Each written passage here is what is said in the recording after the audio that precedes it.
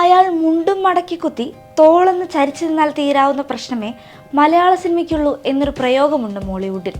അത് യാഥാർത്ഥ്യമാണെന്ന് വീണ്ടും വീണ്ടും തെളിയിക്കുന്ന സമയത്താണ് ഇന്ന് നമ്മളുള്ളത്.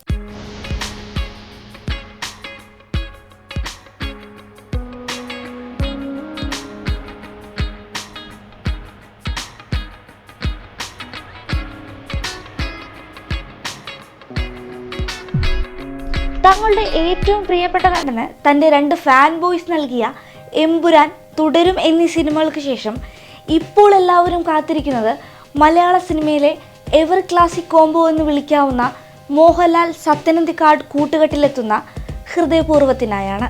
മനസ്സ് നിറഞ്ഞ സന്തോഷത്തിൻ്റെ ഇടയ്ക്കാണ് നമ്മൾ ഇന്ന് ലാലേട്ടൻ്റെ പിറന്നാൾ ആഘോഷിക്കുന്നത്.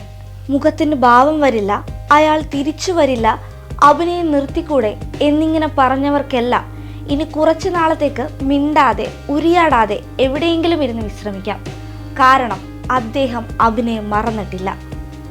മോഹൻലാൽ എന്ന അതുല്യ നടനെ രാഗിമിനിക്കാൻ ഇതുവരെയുള്ള സംവിധായകരാണ് മറന്നതെന്ന് ഈ വിമർശകർ ഒന്നോർക്കുക. ആദ്യ സിനിമയുടെ ഓഡീഷനിൽ വെച്ച് ഈ മുഖം കൊണ്ട് ഒരിക്കലും അഭിനയിക്കാൻ കഴിയില്ലെന്ന വാക്ക് കേട്ടാണ് മോഹൻലാൽ സിനിമയിലേക്ക് വന്നതെന്നും ഇപ്പോൾ വിസ്മയമായി തുടരുന്നതെന്നും കൂടി ആലോചിക്കുക. മലയാള സിനിമയെ ഇഷ്ടപ്പെടുന്ന ഏവരും മനസ്സ് നിറഞ്ഞ് കണ്ടിറങ്ങിയ സിനിമയായ തുടരും നമുക്ക് ആ പഴയ ലാലേട്ടനെ തിരിച്ചു തരുന്നുണ്ട്.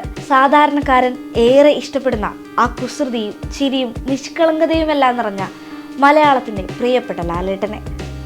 തുടരും പോസിറ്റീവ് റെസ്പോൺസ് നേടിയപ്പോഴെല്ലാം തിയേറ്ററുകളിലേക്ക് ഒഴുകിയെത്തിയ ഒരു കൂട്ടരുണ്ട്.